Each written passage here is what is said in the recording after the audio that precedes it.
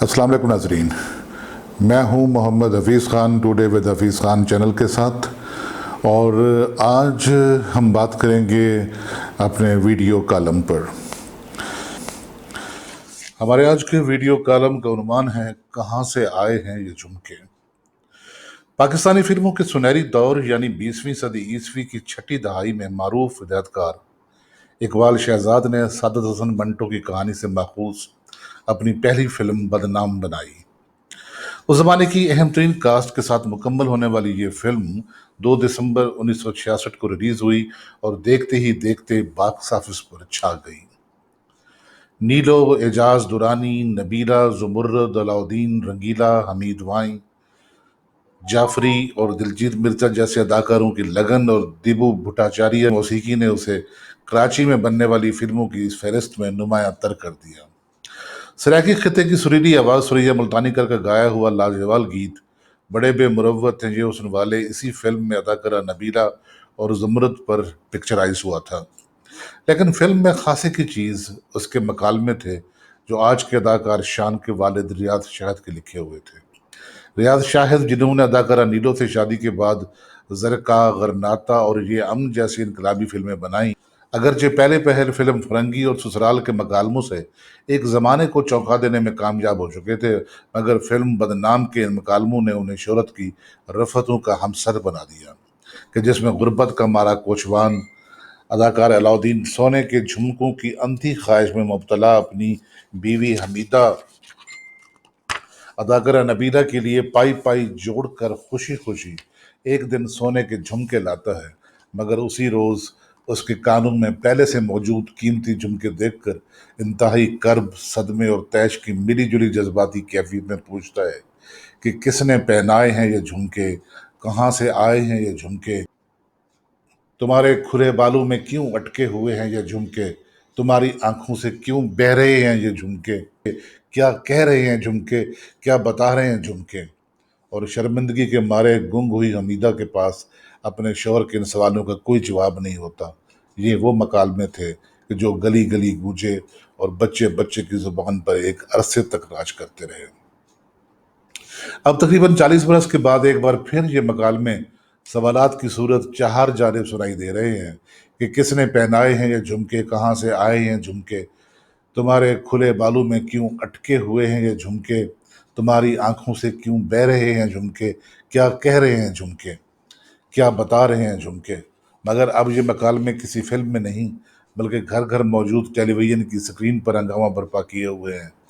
मामला पानामा लीक्स का हो या छोटू गैंग की 25 साल दहशत गर्दी के फौज के हाथों खात्मे का, हर कोई एक ही बात पूछता है कि कहाँ से आए हैं झुमके, क्या बता रहे हैं ये झुमके, क्या सुना रहे हैं ये झुमके। मगर जवाब देने वाला कोई नहीं। जवाब तो उस वक्त भी किसी ने नहीं दिया था कि जब लियाकत अली खां के कत्ल के लिए एक झुमका सैयद अकबर अफगानिस्तान से बुलाया गया था, या फिर कतार दर कतार ब्यूरोक्रेट झुमके न जाने कहाँ कहाँ से बुलाकर यके बाद दीगरे मुल्क अजीज की वजारत उज़्मा के सिंहासन पर बराजमान किए गए। क्या उस झुमके का भी किसी को पता चला कि जिसने हुसैन शहीद सोहरवर्दी जैसे मुहब्बे वतन वजीर आजम को महज 13 माह बाद ही वजीर आजम हाउस से बाहर निकाल दिया था। गुलाम मोहम्मद को कौन लाया और सिकंदर मिर्जा किसका झुमका था?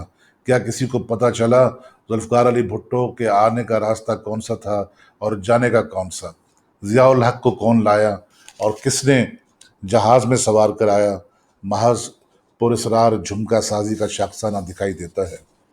मोहतरमा बेनज़ीर भुट्टो और मियाँ नवाज शरीफ की एक अशरे पर मुहित म्यूजिकल चेयर किसकी झुमका गिरी थी, या गुलाम इसाक खां और फारूक लगारी किस किस के लिए झुमका बाजी करते रहे?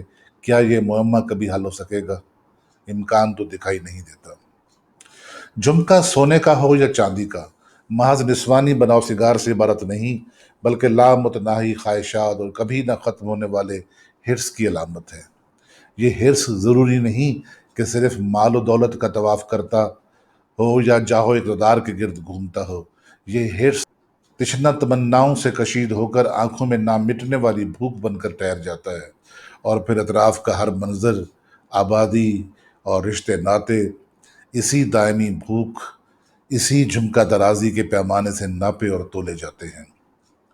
ہماری فوج نے بجائے ادراک کیا ہے کہ معاشی دہشت گردی کا سبب پنپتی اور پھلتی پھولتی ہے۔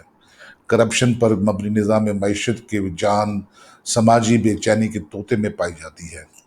ایک ذرا گردن دبا کر دیکھیں، چیخیں کہاں کہاں سے نکلتی ہیں۔ مجھے یاد ہے کہ آج سے کم و بیش 30 برس پہلے کس طور سرائیکی وسیب میں دہشت گردی کا بیج بویا گیا تھا، اور کیوں کر بھوک اور افلاس کا مارا ہوا یہ خطہ حرص و ہوس کا جھمکا بنا۔ میرے نزدیک یہ نسل انسانی کے بڑے المیوں میں سے ایک المیہ ہے جو کئی نسلوں کی بربادی کا باعث ہو چکا ہے۔ وسیم میں کاشت کی جانے والی دہشت گردی کی فصل میں سے اگنے والا منافع کس کی جھولی میں گرا، اور خوف کی ان لہلاتی کھیتیوں میں کس کا گوشت اور کس کا لہو کھاد کے طور پر استعمال ہوا۔ فن جھمکا گری کی فتنہ گری ہے۔ طبقاتی لحاظ سے چھید چھید نظام معاشرت میں مذہبی، لسانی اور نسلی تعصبات معاشی لوٹ کھسوٹ کا کچھ اس طرح کا نیٹ ورک تشکیل دیتے ہیں کہ جس کے ذریعے حرص اور ندیدگی کی بھوک کسی ایک پیٹ تک محدود نہیں رہتی، بلکہ خود ایک بہت بڑے پیٹ کی شکل اختیار کر لیتی ہے۔ گئے دنوں کا قصہ ہے کہ ایک دور دراز کی تحصیل میں تعینات ہم 4 کلیگ دوپہر کا کھانا ایک ساتھ کھایا کرتے تھے۔ بندوبست کچھ یوں تھا کہ باری باری ہر روز کسی ایک گھر سے 4 لوگوں کا کھانا آ جایا کرتا، اور یوں ہر ایک کی باری 5ویں روز آیا کرتی۔ ہم میں سے جو بھی میزبان ہوتا وہ تہذیب کے تقاضوں کے مطابق سب سے آخر میں کھانا نکالتا اور دوسرے دوستوں کو پہلے کھانا لینے کو کہتا۔ مگر ہم میں سے ایک صاحب ایسے بھی تھے کہ کھانا چاہے ان کے گھر سے آئے یا کسی اور کے گھر سے، وہ دیکھتے ہی دیکھتے سب سے پہلے سالن کا کم و بیشتر 70-80% اپنی پلیٹ میں انڈیل لیتے، اور باقی ہم تینوں ان کا منہ تکتے رہ جاتے۔ مزے کی بات یہ ہے کہ موصوف کو نکالے گئے سالن کا آدھے سے بھی زیادہ حصہ اس لیے پلیٹ میں چھوڑنا پڑتا کہ مزید کھانے کی گنجائش نہ رہتی، مگر اس کے باوجود وہ انتقاماً بچے ہوئے سالن میں اس طرح بے بسی سے ہاتھ مارتے رہتے کہ کسی اور کے کھانے کے لائق نہ رہے۔ کھانے کے عمل میں ان موصوف کی آنکھوں میں ناچنے والی اشتہا کچھ اس طرح اوریانی پر اترتی کہ ان کے منہ، ہاتھ، قمیص کے کف اور اکثر اوقات گریبان تک کو شوربے میں لبیڑ دیتی۔ ہمارا معاشرہ بھی اب اس قسم کے عناصر سے تشکیل پا چکا ہے کہ جن کے بارے میں عزیزی آفتاب اقبال کا قول ہے کہ وہ کھانا کھاتے نہیں بلکہ کھانا فتح کرنے کے لیے میدان میں اترتے ہیں۔ اب یہ ان کی بھوک پر منحصر ہے کہ انہوں نے کیا کھانا ہے۔ کارخانے، ملیں، شاہراہیں، پلازے، محلات، وزارتیں، محکمے یا چائنا کٹنگ سے حاصل ہونے والے مفادات ان کے ہاتھ لتھڑے ہوئے ہیں، منہ پر شوربہ ملا ہوا ہے، جتنا کھا لیا، شکم کی بھوک مر چکی مگر نظر کی بھوک مٹنے کو نہیں آ رہی۔ ننگی ندیدگی اور شاطرانہ بے بسی سے کھابے کو تکے جا رہے ہیں، اپنا آپ دو پر لگا کر بھی حرص و ہوس کا پھندا اپنی جگہ کہ کس کو تاڑیں کس کو پھانسیں۔